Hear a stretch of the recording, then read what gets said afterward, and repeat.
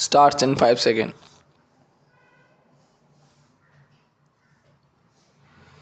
उपाध्यक्ष महोदय, मैं मानता हूँ कि बहुत से जो हमारे भाई हैं उनकी ओर से शिकायतें आई हैं और यहाँ बातचीत चलती रहती है कि हम अपने इलाके में सफाई बंद कर देंगे, परंतु यह विषय स्वायत्त शासन संस्था के सहयोग से नहीं हो पा रहा है जैसा कि हमें आशा है। और मैं समझता हूँ कि राजनीतिक दल स्वास्थ्य के विषय में ध्यान रखते हैं क्योंकि यह मानवता के लिए बहुत आवश्यक है और इसमें राजनीति का कोई रंग नहीं आना चाहिए, ऐसी मेरी आशा है। मैं अनुरोध करूँगा कि सदस्यों की जो समस्याएं हैं उनको ध्यान में रखते हुए दिल्ली प्रशासन कोई ऐसी नीति अपनाने की कोशिश करे जिससे नगर निगम का यदि कोई काम हो तो उस विषय में हमारा नगर निगम से एक सहयोगपूर्ण वातावरण पैदा हो, मगर इस वातावरण में राजनीति न आने पाए।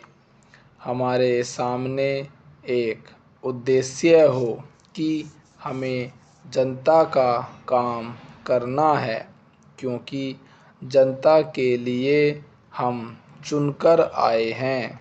इसमें पार्टी का कोई प्रश्न नहीं है। दूसरी बात, मैं यह कहना चाहता हूँ कि अनाथ बच्चों के लिए जो इस बजट में प्रावधान किया गया है उनके लिए केंद्र बनाए जाएंगे, तो मैं समझता हूँ कि इन केंद्रों के साथ साथ बेसहारा महिलाओं के लिए जो कि समाज से तिरस्कृत हैं, ऐसी महिलाओं के लिए जगह जगह इस प्रकार के केंद्र खुलने चाहिए जहां उन्हें रोजगार सिखाया जाए और साथ ही साथ आर्थिक रूप से स्वतंत्र बनाने की तरफ भी प्रयत्न किया जाए। इस विषय में मेरा सुझाव है कि जो बच्चे अनाथ हैं, जो बेसहारा महिलाएं हैं, उनकी तरफ हमारी पूरी कोशिश होनी चाहिए कि जो अनाथ बच्चे हैं, जो समाज से तिरस्कृत हैं, जिनको अवहेलना की दृष्टि से देखा जाता है, उनके लिए केंद्र बनाए जाएं और उन केंद्रों में वह अधिकारी रखे जाएं जिनके संरक्षण में वह कार्य सीखें, पढ़ें लिखें। यदि इसमें बाहर के सदस्य हों तो वे ऐसे होने चाहिए जिनका जीवन सरकारी सेवा में ही बीता हो। ऐसे योग्य लोगों से सहायता लीजिए।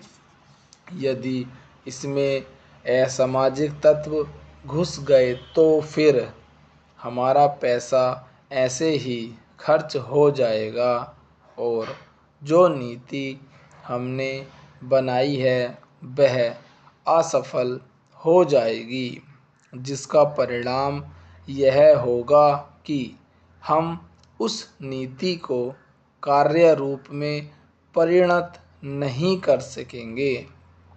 इस बात पर कोई मतभेद नहीं है।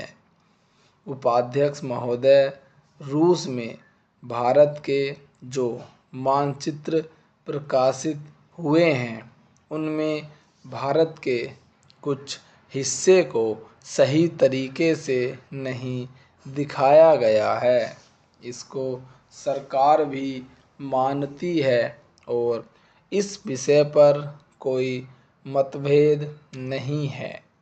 प्रश्न यह है कि अगर किसी देश ने हमारे देश का गलत मानचित्र प्रकाशित किया है तो एक सरकार के रूप में भारत सरकार का जो कर्तव्य है उसने उसको निभाया है या नहीं, और अगर निभाया है तो किस प्रकार से निभाया है।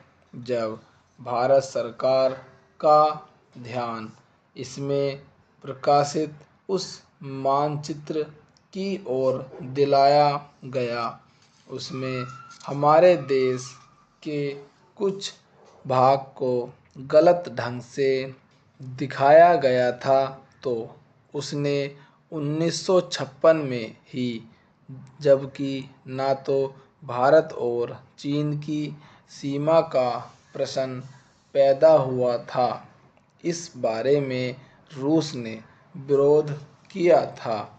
इसके बाद भारत सरकार ने लगातार 4 बार रूस सरकार से लिखित रूप से विरोध किया कि हमारे मानचित्र को ठीक से नहीं दिखाया गया है।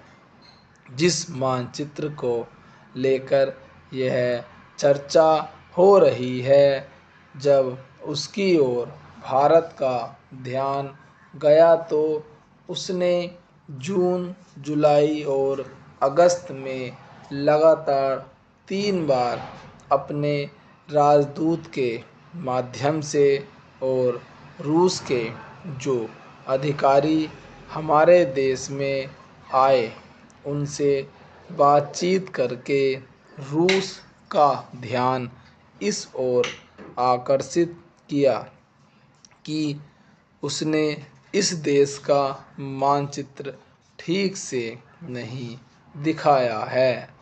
प्रश्न यह है कि जिस मानचित्र के बारे में हम चर्चा कर रहे हैं उसके बारे में हमें चिंता होनी चाहिए या नहीं। मैं समझता हूँ कि अगर दुनिया का कोई भी देश हमारा मानचित्र सही ढंग से नहीं दिखाता है तो स्वाभाविक रूप से देश को उसके बारे में चिंता करनी चाहिए।